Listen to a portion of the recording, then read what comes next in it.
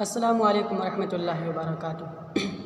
آج میں آپ کو ایک ایسا وظیفہ بتانے جا رہا ہوں کہ جس وظیفے کو آپ اگر صبح کے وقت کر لیتے ہو تو اگر اس درمیان میں اس دن بھر میں اگر آپ کی فوت ہو جاتی ہے، آپ کا انتقال ہو جاتا ہے تو آپ جنت میں جاؤ گے۔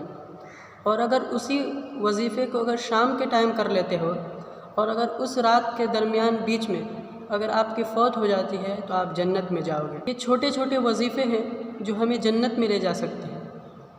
تو حضرت شداد بن اوس رضی اللہ تعالی عنہ فرماتے ہیں کہ آپ حضور علیہ الصلاۃ والسلام نے ارشاد فرمایا کہ سید الاستغفار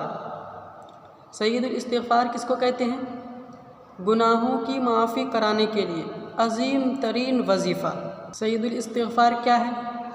آپ اسکرین پر دیکھ سکتے ہیں، اللہم انت ربی لا الہ الا انت خلقتنی وانا عبدک وانا علی عہدک ووعدک ما استطعت اعوذ بک من شر ما صنعت ابوء لک بنعمتک علی وابوء بذنبی فاغفر لی فانہ لا یغفر الذنوب الا انت۔ اے اللہ، تو میرا رب ہے اور تیرے سوا کوئی حقیقی معبود نہیں۔ تو نے مجھے پیدا کیا اور میں تیرا بندہ ہوں، اور تیرے ساتھ کیے ہوئے وعدے اور عہد پر میں اپنی ہمت کے مطابق قائم ہوں۔ میں اپنے کیے ہوئے شر سے تیری پناہ مانگتا ہوں۔ تیری نعمتیں بھی مجھ پر ہیں، میں اس کا اقرار کرتا ہوں اور میں اپنی گناہوں کا بھی اعتراف کرتا ہوں۔ اے اللہ، مجھے معاف کر دے، تیرے سوا کوئی بخشنے والا نہیں۔ تو یہ ہے سید الاستغفار۔ تو آپ حضور علیہ الصلاۃ والسلام نے فرمایا کہ جو بھی شخص اس سید الاستغفار کو صبح کے ٹائم اگر پڑھ لیتا ہے اور اس یقین کے ساتھ پڑھتا ہے کہ میں اپنی طرف سے اللہ تعالیٰ گناہوں سے بچنے کی پوری کوشش کروں گا، اور پھر بھی اگر اس سے گناہ ہو جاتے ہیں تو وہ اللہ تعالیٰ توبہ کے بعد معاف فرما دیں گے، تو وہ اپنی طرف سے یہ نیت کرے اس کو پڑھنے کے بعد کہ میں اپنی طرف سے گناہوں سے بچنے کی کوشش کروں گا۔ تو اگر پوری یقین کے ساتھ پڑھ لیتا ہے تو اگر اس دن میں پورے دن میں اگر اس شخص کا انتقال ہو جاتا ہے تو وہ جنت میں جائے گا، اور اگر اسی وظیفے کو اگر شام کے ٹائم کر لیتا ہے تو اگر اس رات کے درمیان میں اگر اس شخص کا انتقال ہو جاتا ہے تو وہ جنت میں جائے گا۔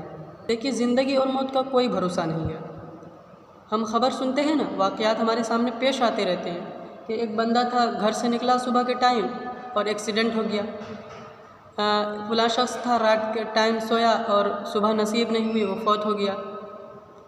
تو ایسے ایسے واقعات پیش آتے رہتے ہیں۔ زندگی اور موت کا کوئی بھروسہ نہیں ہے کب آ جائے۔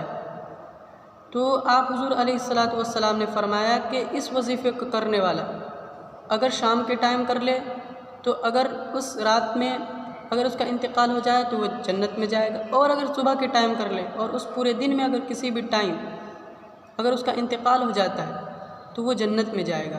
اور اس کو پڑھنے کے بعد یہ ہوتا ہے کہ اگر آپ مان لیجیے صبح کے ٹائم پڑھے اور دوپہر کے ٹائم اگر کسی کا انتقال ہو جاتا ہے، وہ صبح کے ٹائم اس وظیفے کو پڑھا تھا، تو صبح کے ٹائم سے لے کر کے جو دوپہر میں اگر آپ کا کسی کا انتقال ہوا ہے تو اس ٹائم تک کے ہی گناہ اس کے جوڑے جائیں گے، اور باقی جتنے بھی گناہ ہیں اللہ تعالیٰ اپنے فضل و کرم سے اس کو معاف کر دے گا۔ تو اس وظیفے کا یہ فائدہ ہے۔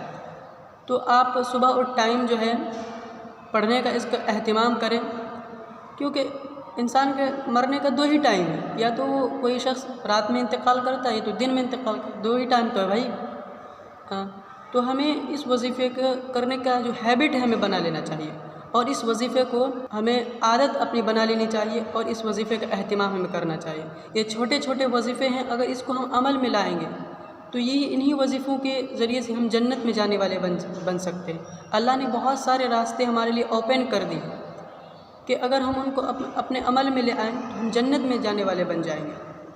تو یہ سید الاستغفار کا اتنا بڑا فائدہ ہے۔ اس وظیفے کے آپ ہیبٹ بنا لیں، عادت بنا لیں، اس کلپ کو شیئر کریں، دوسروں تک پہنچائیں۔ السلام علیکم ورحمۃ اللہ وبرکاتہ۔